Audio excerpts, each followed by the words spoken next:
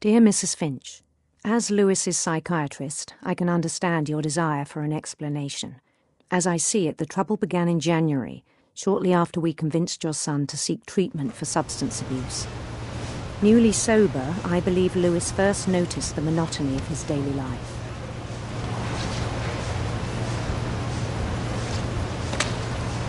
He kept working at the cannery.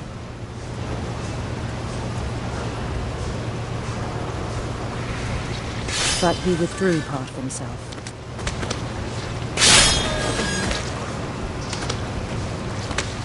In our sessions, I saw the same behavior.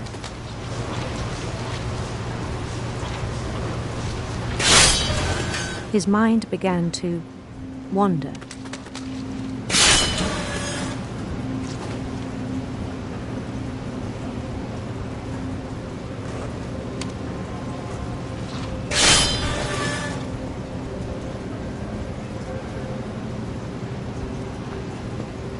I asked him to describe it.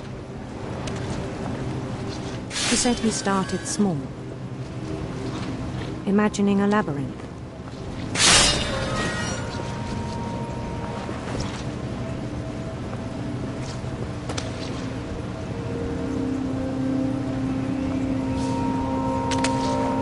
He'd feel his way about.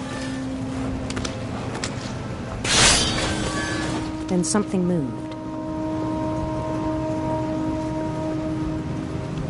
Bats and toads.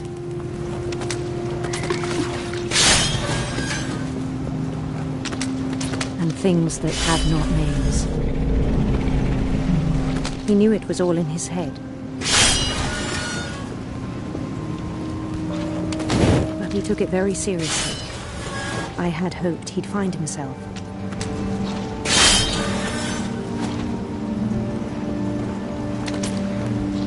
But he found something more.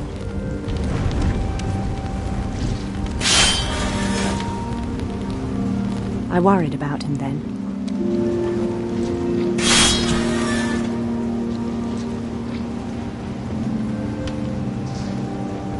Daydreaming at the cannery.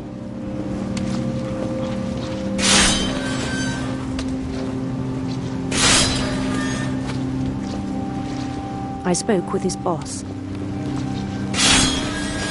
But he said Lewis had become a model employee. Methodical, tireless, focused. Like a whole new Lewis. So I let him go on.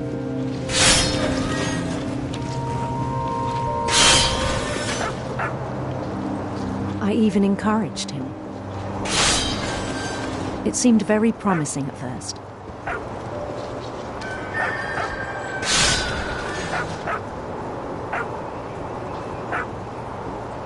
He told me he'd made a new friend.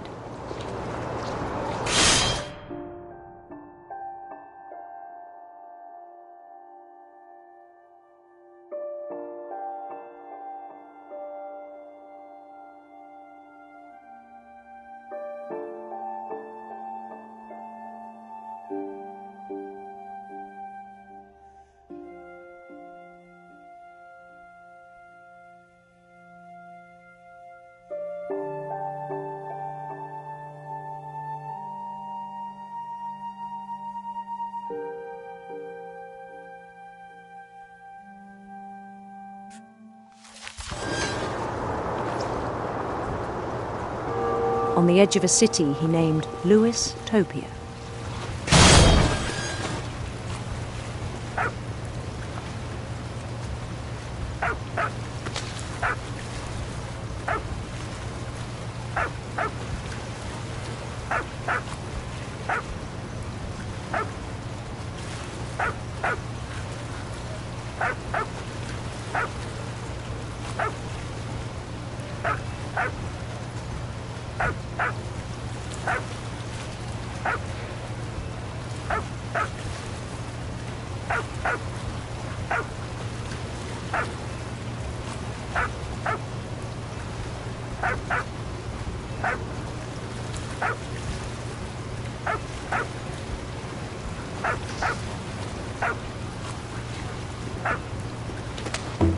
built the city up slowly, brick by brick.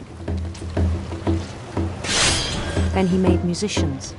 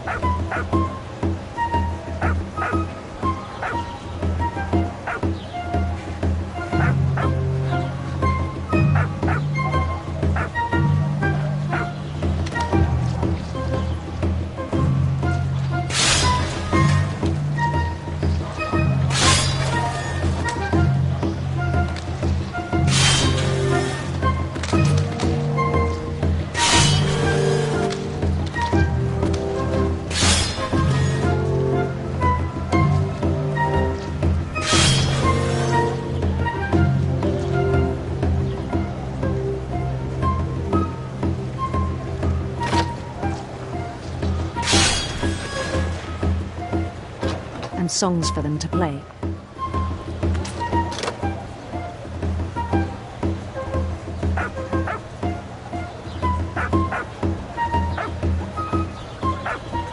He talked about starting a band. And he was always humming something. Every day his imagination grew stronger.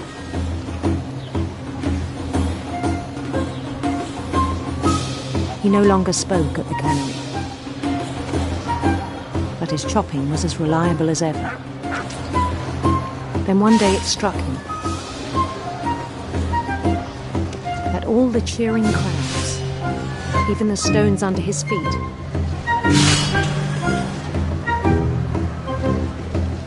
were all in his imagination, so he could do whatever he wished.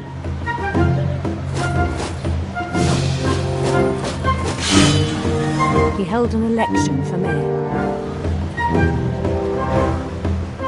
And he won.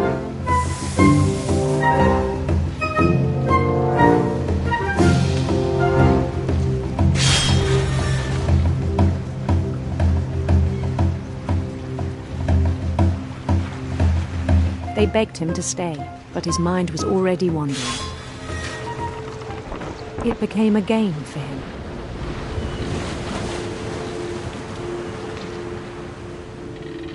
He'd conquer a city, then immediately push on. New Louisville.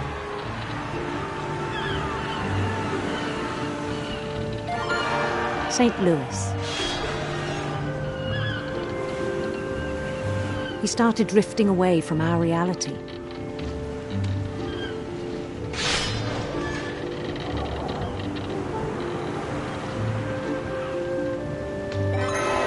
Minneapolis, until one day he forgot to go home from the cannery. Even as his mother pleaded with him, part of Louis kept sailing on.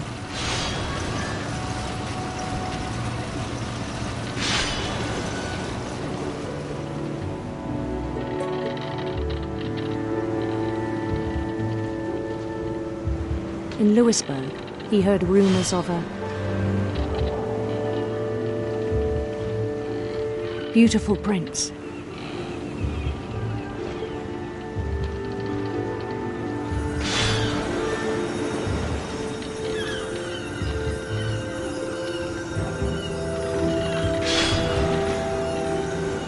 The prince was on his own quest for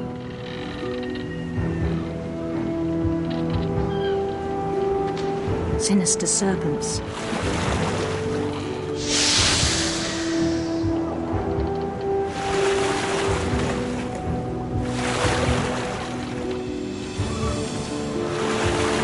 He followed the sound of his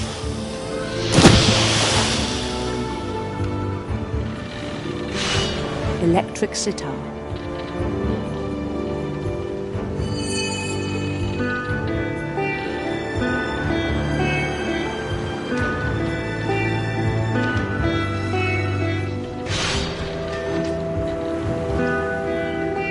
His chase led him to a golden palace east of the sun and west of the moon. even then, his logic remained sound.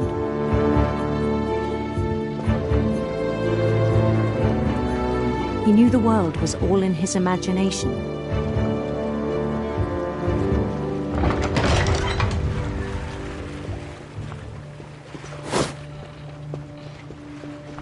But he was so proud of having created it.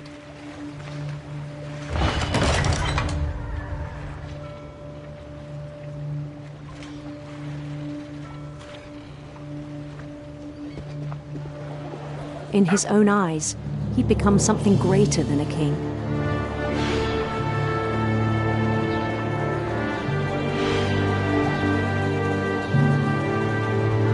For someone who'd never known success in the real world, I think it was overwhelming.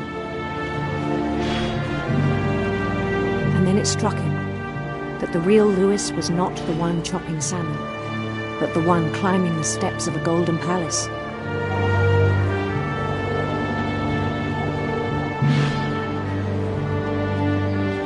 My imagination is as real as my body, he told me. It was hard to argue with him.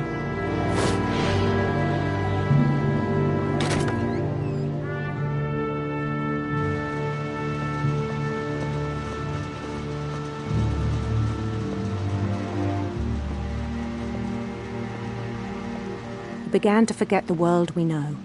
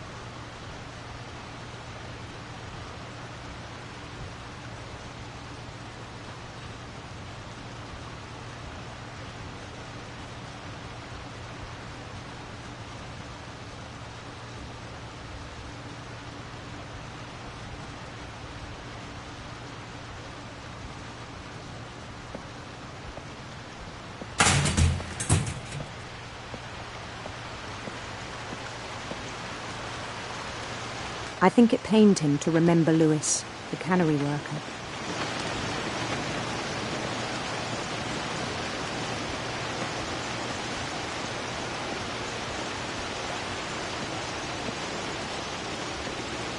He began to despise the man with a royal contempt.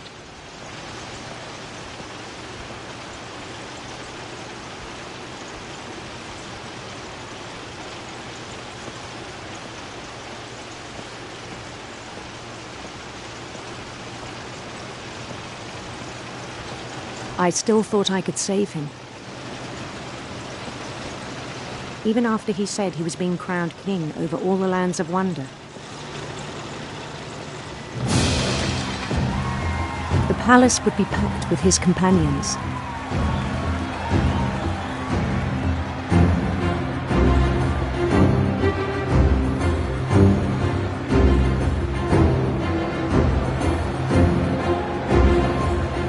Including the wise Calico who'd insisted on advising him.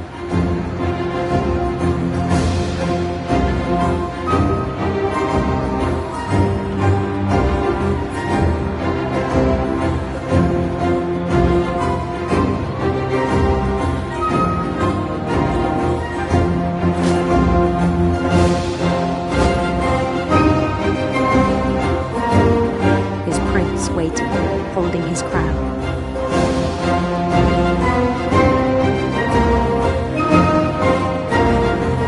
There was only one thing left to do.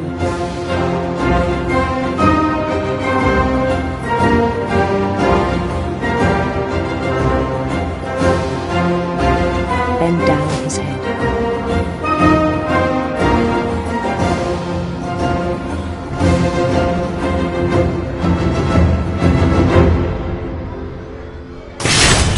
And the rest I think you know.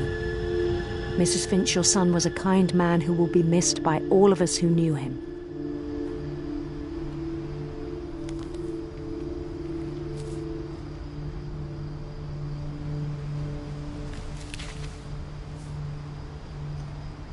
My brother was really cool. I wish you could have met him.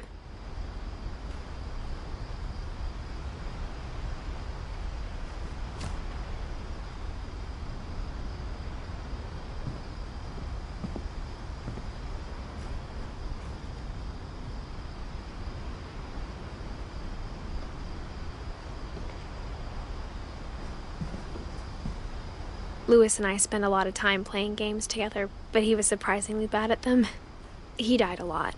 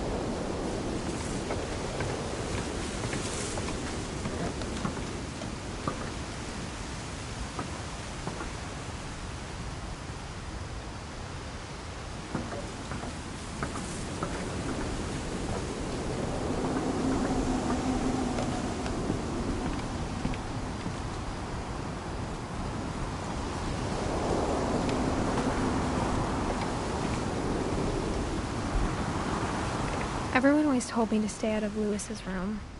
Except Lewis.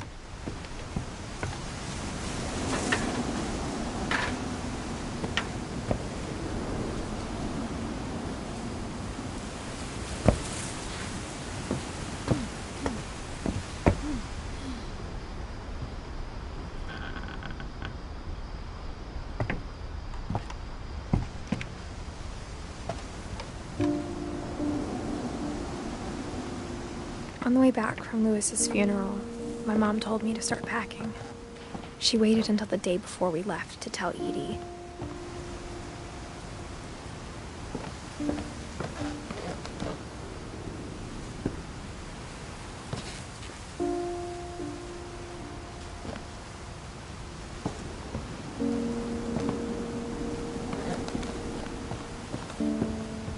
I'm not sure if she wanted to make it easier or harder.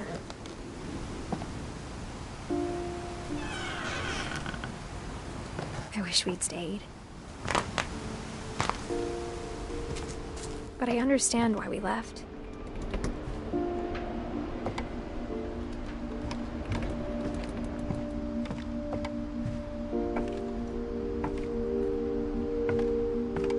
What happened that night had been coming for a long time.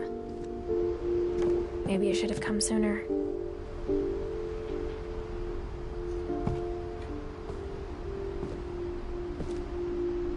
But it had to end one way or another. All that's left now is to tell you about that last night.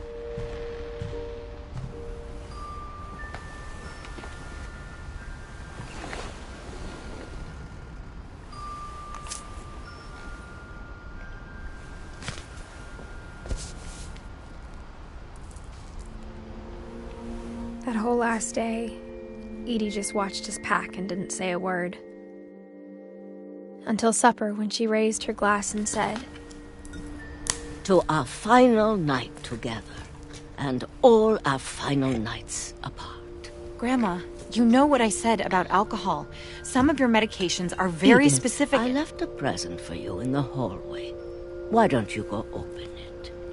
The grown-ups have to argue now. I'm sorry, you're right. We're all leaving tomorrow. Let's just enjoy our last... I'm not leaving. Edith, you're excused.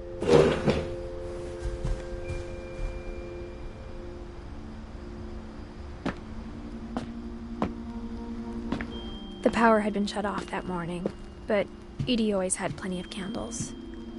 When my mom sealed the library, I don't think she knew about the other entrance. Or that Edie had a key to it.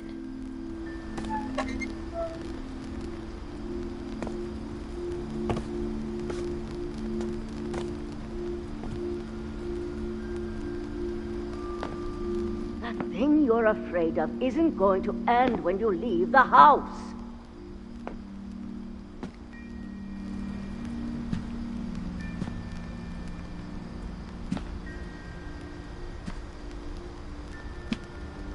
Edith has a right to know these stories.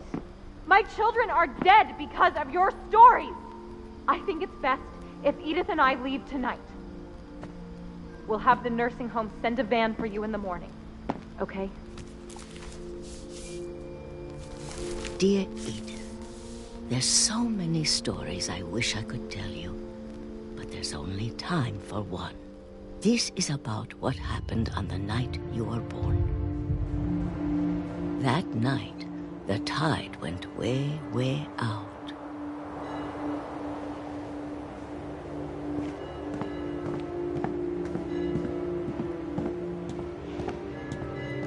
It was the first and last time I ever saw the old house aground.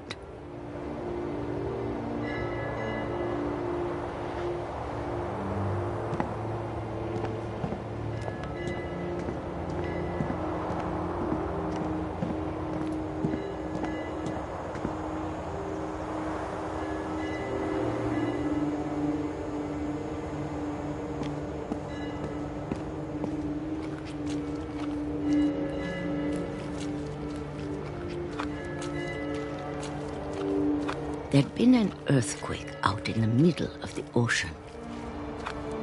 They called it the lowest tide in 1,000 years. God, it smelled awful. You know, I've seen that house every day of my life.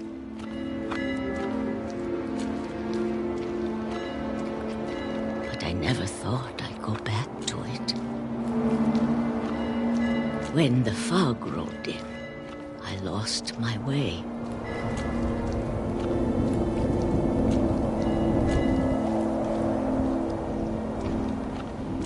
I got turned around.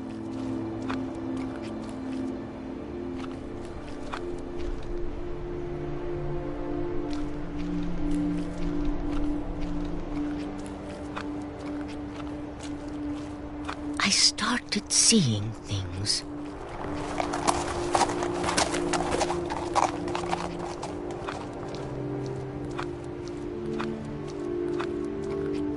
Things I'd forgotten had ever existed.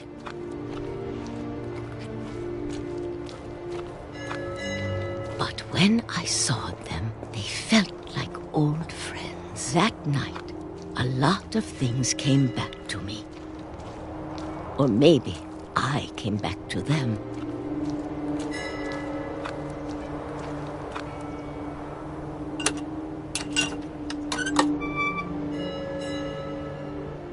Things I can't explain, but that I need you to try and... Edith, what are you doing in here? It's mine! Edith! Mom, you're gonna rip it! Let go! I kicked and screamed, but Mom dragged me to the car. I never saw Great-Grandma Edie again. The next morning, the van came to pick her up, but she was already gone. After that, we moved around a lot.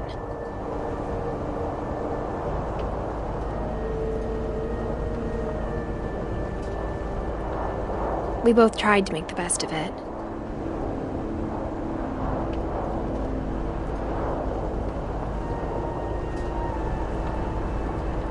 A few years went by.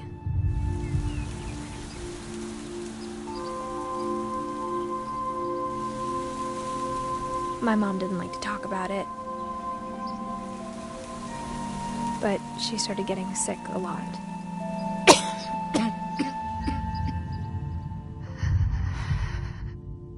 She got better for a while, and then she didn't. And then I was alone. The last Finch left alive.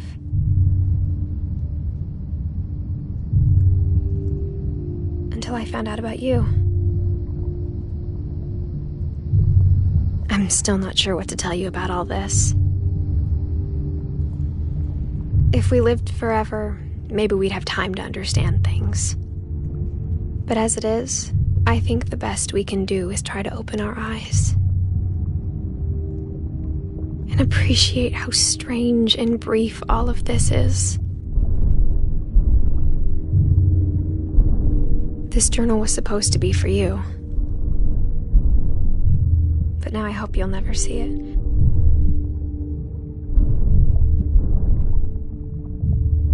I just want to meet you.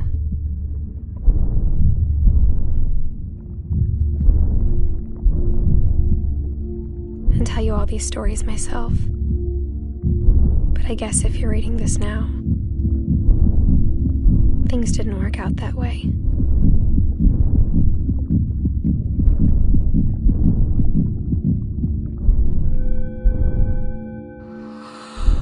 This is where your story begins. I'm sorry I won't be there to see it. It's a lot to ask, but I don't want you to be sad that I'm gone. I want you to be amazed that any of us ever had a chance to be here at all. Good luck.